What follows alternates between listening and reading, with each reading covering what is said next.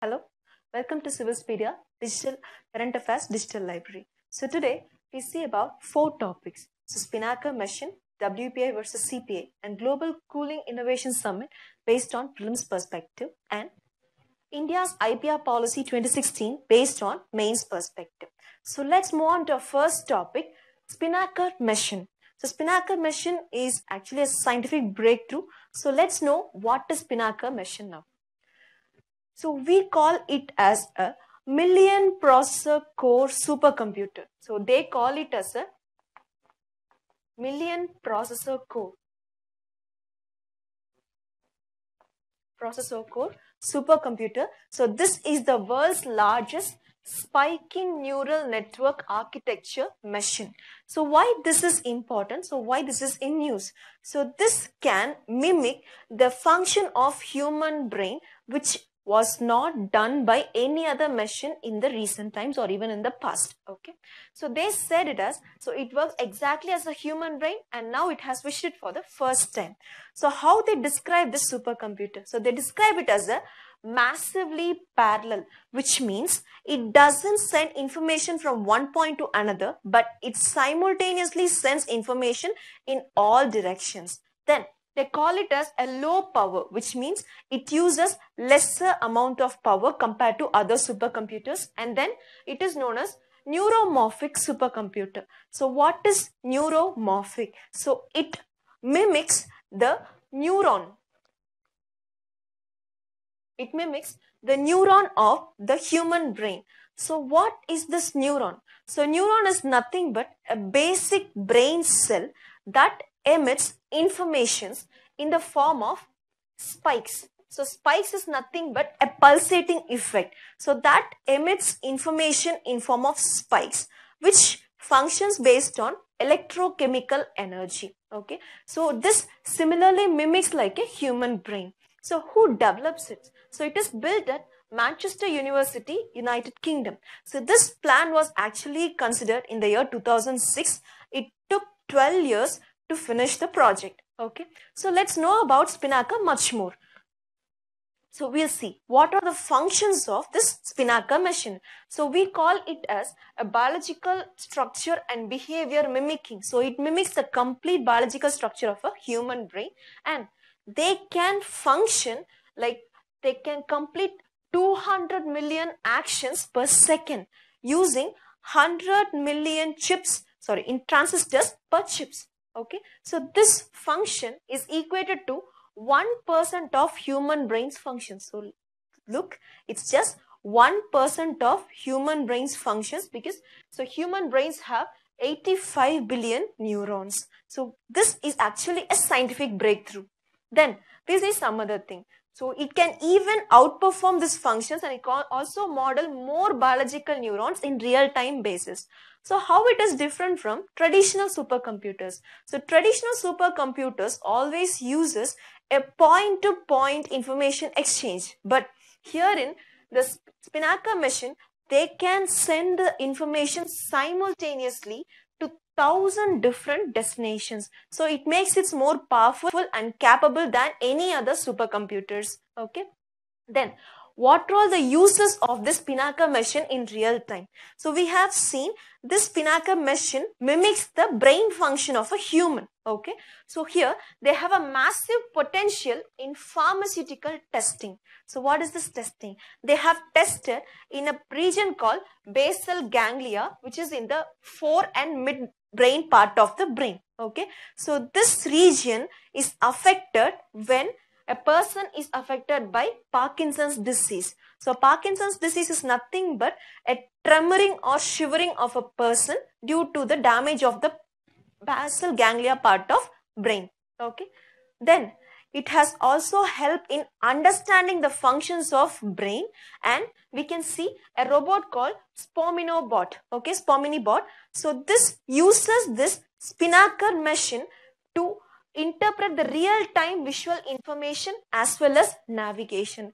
It can also be helpful in robotics to make the robots more flexible. Walking is flexible and talking is flexible.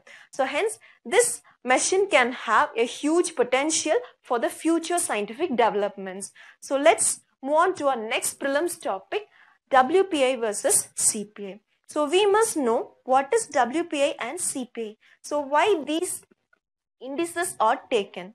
So mostly these indices are taken to calculate inflation. So we must know what is inflation. So let us see what is inflation. There are so many definitions for inflation. So normally we can say that the value of money is getting decreased, the price of goods and services getting increased, or too many money chasing few little goods. So these are the basic definitions for inflation, and so many countries uses different types of indicators to measure this inflation, like wholesale price index, consumer price index, producer price index, GDP deflator.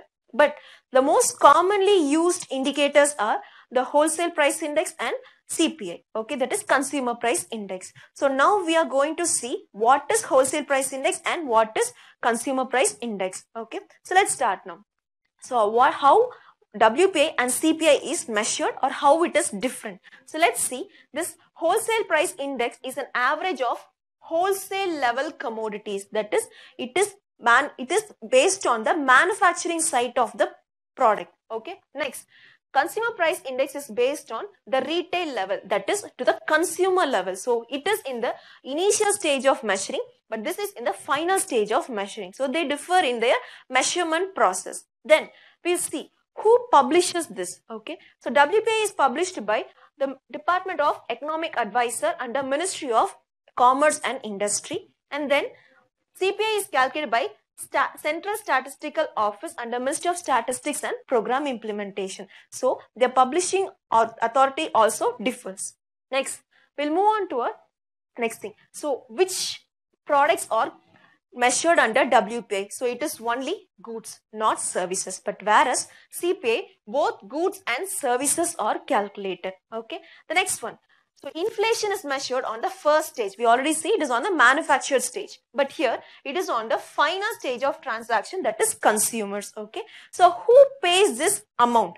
Okay. It is paid by manufacturers and wholesalers in case of WPI. But in CPI, it is by consumers. Okay. The next one, the base year for WPI and CPI. So base year is 2011-12 and here it is 2012. Okay.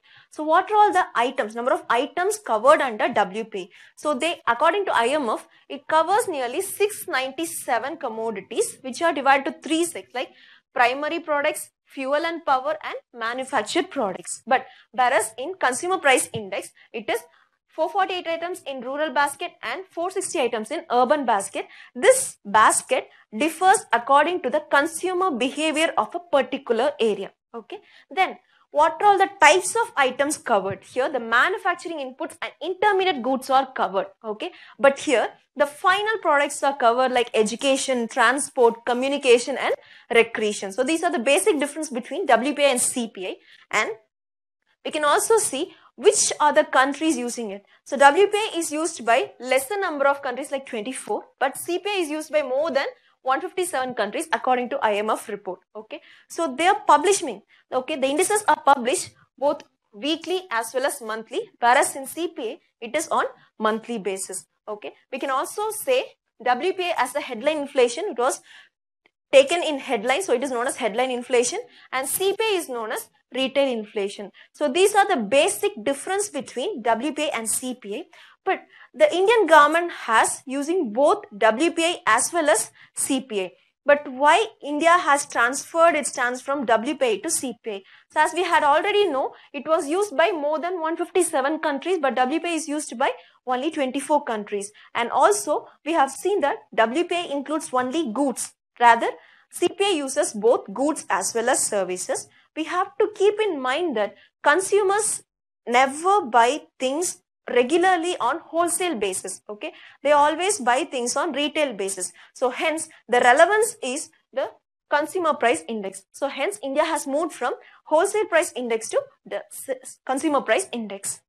Okay, next we'll move on to our next prelims topic, Global Cooling Innovation Summit. So why this summit is very important? So why is it in news? So let's see about the news. Okay. So first of a kind summit was held in New Delhi. So it was a 2-day summit inaugurated by the Union Minister of Science and Technology, Mr. Harshavardhan. Okay. So why this news is very important? We must know that this is the first of its kind solution focused event. Okay. The summit is solution focused event. This is based on cooling technologies. Here the keyword is energy efficient cooling technologies. So they have to find a solution for this energy efficient cooling systems. Okay. So this meeting is a collaboration of public private partnership, and this is a conclave of so many stakeholders, but it is a invite only summit. It's not a free summit. So most of the stakeholders are like innovators, air conditioning experts, venture capitalists, and many are participated in this summit. Okay. So what they are doing, they share their perspective based on this cooling challenges, and they also share and explore their ways and solution to address the climate threat based on this room air conditioners, which is in high demand these days. Okay. So let's see what is this summit. So in this summit, they have introduced a competition called the Global Cooling Prize. So they have invited many countries and many stakeholders to develop technologies based on this air conditioning technology. For that, they have introduced $3 million prize, okay, in the period of 2 years. So in that 2-year period, they have to develop technologies on air conditioning system that must reduce the climate impact to 5 times. Okay, so this is the prize. What are all the partners involved in this summit? Like in India, it is by mission innovation of Ministry of Science and Technology, Ministry of Power, Bureau of Energy Efficiency, and Ministry of Environment on the Indian side. So who are all the research facilities collaborated in this event? So we can say Rocky Mountain Institute, Conservation X Labs, CEPT University. So they all collaborate in this technology. So they pick up 10 technologies from all these competitions. So these 10 technologies will contribute to prevent 100 gigatons of carbon dioxide equivalent within the year 2050. So this reduces the climate change impact. Okay. So let's see about the components of air conditioners. So we must know what is air conditioners. Okay. So first one, what are the hazardous material involved in this air conditioners? So chlorofluorocarbons, as we all know, and then polychlorinated biphenyls and polyvinyl chloride. These are the hazardous substances present in air conditioners. And then the key components are like capillary tubes, compressors, evaporator coils, expansion device, fans, etc. are used as a components, and their primary materials are aluminium, copper, plastic, and steel. Okay. So what India contributes to this air conditioning potential? So the summit has estimated that the 1 billion AC deployed in India by 2050, because at present, so India's share is 2.2%. But if the demand persists in the same way, it can increase to 25% global share of AC demand within the year 2050. Okay. Then this will also increase the burden of electricity and refrigerant burden up to 3 times to the present level. Okay. Then also said that this will challenge the Paris Agreement goal of reducing the climate change to 2 degrees Celsius within the year 2100. Okay. Then it will also increase pollution by release of poisonous gas. We already see HFC, biphenyl, etc. Then it also increase greenhouse gases that contributes to ozone hole depletion. Okay. Next, what are the health impacts of this air conditioning? So we must know the prolonged exposure to air condition will lead to the dryness of skin and mucous membrane. Due to the closed circulation, it can also lead to respiratory diseases which are transmitted one. Okay. Then it can also lead to rhinitis. So rhinitis is nothing but a stuffy nose, and pharyngitis, it is nothing but a sore throat in the mouth part. Okay. Then the throat irritation, etc. It can also lead to fungal allergic and swollen eyes, and also due to noise pollution due to the ambient air produced by this air conditioners. Okay. So these are the health impacts based on this air conditioning system. Okay. So this air conditioning is a need of hour for all the people due to the increasing temperature, income of people. But still, without any checklist, this cannot persist, because with this air conditioning alone, It is estimated that the climate can increase up to 1.5 degrees Celsius within the year 2100. So with this, we cannot solve the Paris Agreement. So hence it is very important and is a crucial time to look after this cooling technology. Hence it is a very important topic based on prelims as well as mains topic. Okay. Now let's move on to our mains topic, India's IPR policy, that is intellectual property rights policy. Let's know what is intellectual property. So intellectual property is nothing but a creation of mind. Okay, it is a creation of mind, like innovations, literary and artistic works, etc. Okay, so what is this intellectual property right then? So it is nothing but a legal right that protects the creation of mind. Okay, so let's see what is IPR policy 2016. Okay, so this was enacted in the year 2016 based on World Trade Organization's agreement on TRIPS. So TRIPS is nothing but trade related aspects of intellectual property rights. Okay, so what is the motto? It is Creative India and Innovative India. What this policy aims to? This policy aims to increase the Make in India scheme of India and also generate awareness to the people about this IPR policy and generate so many IPR in India. Okay, so what are the other important things? We can see the patent, trademark, copyright, plant breeders' right, utility model design and geographical indication, trade secrets. These are some of the intellectual property rights in India. Okay, now we'll see the components of this IPR policy. They say it as a vision document in order to exploit so many intellectual property rights, and they provide so many stakeholders into this IPR generation, and they want to set up an institutional mechanism both economically as well as politically to improve this IPR. Okay, they also want to incorporate global practices which is suitable for India. Okay, so these are the components of the India's IPR policy. We can see still more, like who is the nodal agency of this IPR policy? This is Department of Industrial Policy and Promotion under Ministry of Commerce is the nodal agency, and they want this IPR policy to be transparent, stable and service oriented to the people. Okay, so it's not based on single person. Next, they also reiterates India's commitment to the Doha round. Okay, so what is Doha round? So it was signed in the year 2001. Okay, 2001. It helps to encourage the IPR. At the same time, it gives some relaxation for patent laws in case of essential drugs. That is nothing but life-saving drugs. A member country must obey with this patent rules, but still they have some exemptions in case of essential drugs. Okay, then what are all the other things? We can see that they will give financial support to commercialize this IPR. By how? They can do by venture capitals, angel investors and some crowdfunding mechanisms. So this will help in enhancing this IPR technology. Then they have to enforce and adjudicate in case of IPR infringements. So these are the components of this IPR policy. So they also plan to renew this policy every 5 years in order to keep pace with the global practice. So hence it is a dynamic policy, changes every 5 years. Okay. Next, it is the hierarchy of this IPR policy. The Ministry of Commerce and this CGPDTM, it takes care of all this patent office, trademarks, geographical indication and patent information systems. Okay. Next, what are the objectives of this policy? It's nothing but IPR awareness and creating more intellectual property rights and legal framework, administration, commercialization, enforcement adjudication and human capital development. These we have already seen that.